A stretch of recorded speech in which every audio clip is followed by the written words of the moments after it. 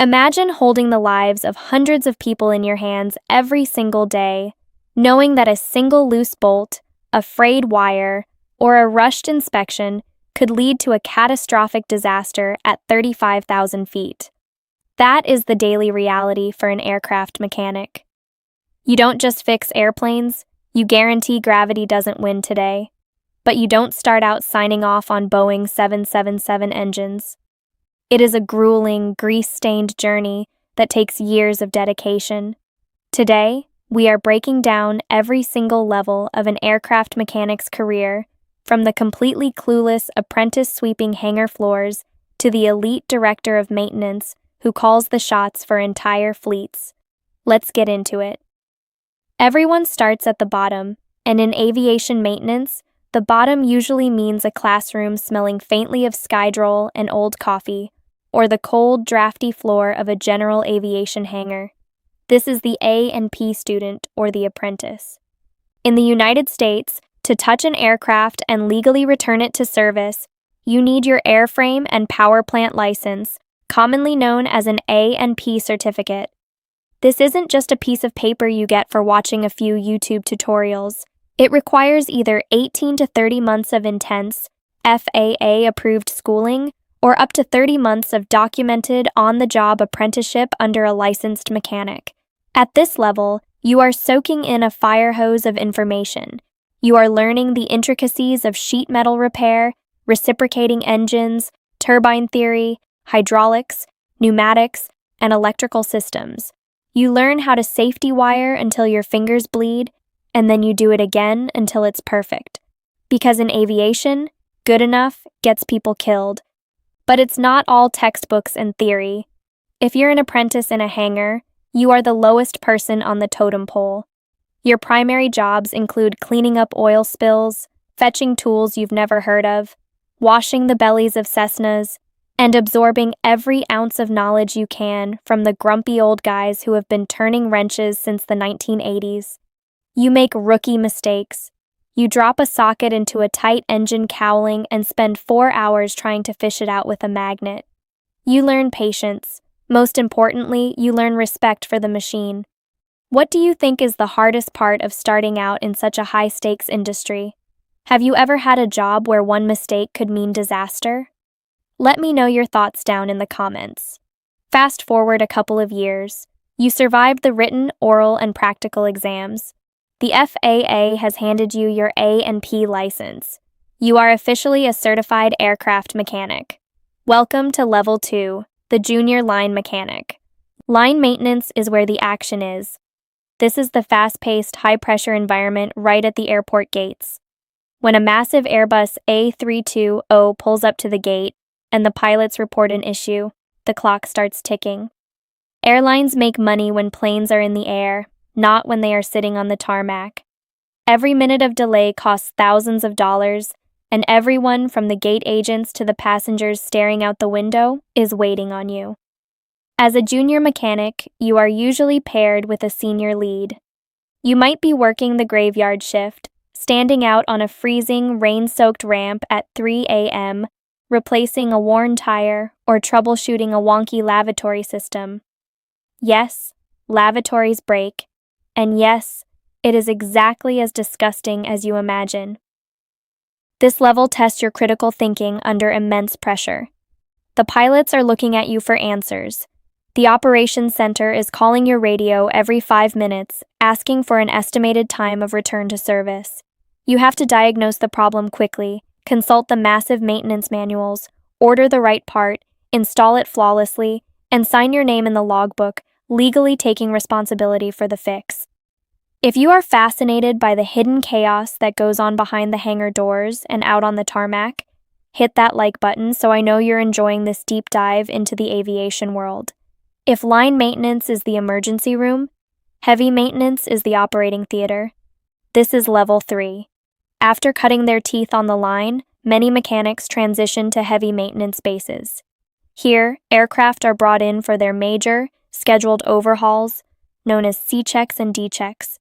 During a heavy check, an aircraft is practically torn apart.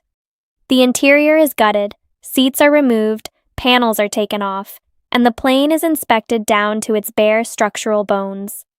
We are talking about weeks or even months of deep, methodical work. Mechanics at this level become highly specialized. Some become sheet metal and composite experts, identifying microscopic cracks in the fuselage and fabricating perfect patches. Others specialize in avionics, diving deep into the miles of complex wiring and flight computers that act as the brain of the modern jetliner. And then there are the engine specialists, who tear down massive turbofans piece by piece, inspecting compressor blades with borescopes to ensure they can withstand the extreme temperatures and forces of flight. The pressure here is different from line maintenance. It's less about racing the clock for a flight departing in 20 minutes, and more about enduring the marathon of absolute precision. Every single rivet, every single wire bundle, and every single flight control cable must be routed and secured exactly according to the manufacturer's engineering specifications. There is no room for shortcuts. Have you ever experienced a crazy flight delay or had a flight canceled because of a maintenance issue? Tell me your craziest airport story below. I read every single one. After years of turning wrenches, making the tough calls, and proving your absolute reliability, you might ascend to level 4, the inspector. In the aviation world, this is a role of supreme authority and immense liability. You no longer spend your days replacing parts. Instead, your tools are a flashlight, an inspection mirror, a micrometer, and a deep, encyclopedic knowledge of aviation regulations. Inspectors are the final line of defense. Whenever a mechanic performs a critical task, like replacing a flight control surface or an engine component, an inspector must verify that the work was done perfectly before the aircraft can fly. This job requires a thick skin. You will often have to tell a stressed, exhausted mechanic that their repair isn't good enough and they have to do it over. You are the one who grounds a multi-million-dollar aircraft because you found a corrosion spot the size of a dime on a critical spar. The company might be furious because the delay is costing them a fortune, but your loyalty isn't to the airline's profit margins. It is to the safety of the flying public. Inspectors must hold an inspection authorization, which requires passing yet another rigorous exam and demonstrating years of flawless experience. They are the guardians of the sky. When an inspector stamps their approval on a maintenance record, they are betting their license, their livelihood, and potentially their freedom on the integrity of that aircraft. If you've made it this far and you are captivated by these deep dives into the hidden careers that keep our modern world moving safely, hit that subscribe button right now. We uncover the truth behind the hardest jobs every single week, and you won't want to miss what's next. Finally, we reach the pinnacle of the career path.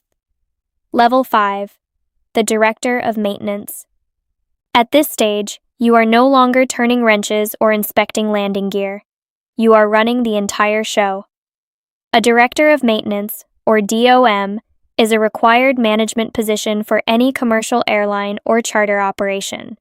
They are legally accountable to the Federal Aviation Administration for the airworthiness of the entire fleet. The DOM manages budgets, oversees hundreds of mechanics and inspectors, coordinates with aircraft manufacturers like Boeing and Airbus, and develops the maintenance programs that keep the airline running. It is a high-stress, high-stakes corporate role. When an aircraft suffers a major mechanical failure, the DOM is the one answering to the regulators and the executives. But the best DOMs never forget where they came from. They remember the freezing nights on the tarmac. They remember the smell of jet fuel and hydraulic fluid. They know exactly what their mechanics are going through because they walked that exact path. They started at the very bottom, sweeping the floors and safety wiring turnbuckles, and worked their way up to the top floor of the hangar. The career of an aircraft mechanic is not glamorous. It is physically demanding, mentally exhausting, and completely unforgiving of mistakes. But it is also one of the most honorable professions in the world. Every time you board a flight, sit back, and safely arrive at your destination, you owe it to the silent professionals who spent their nights turning wrenches so you could touch the sky. Thanks for watching, and I'll see you in the next one.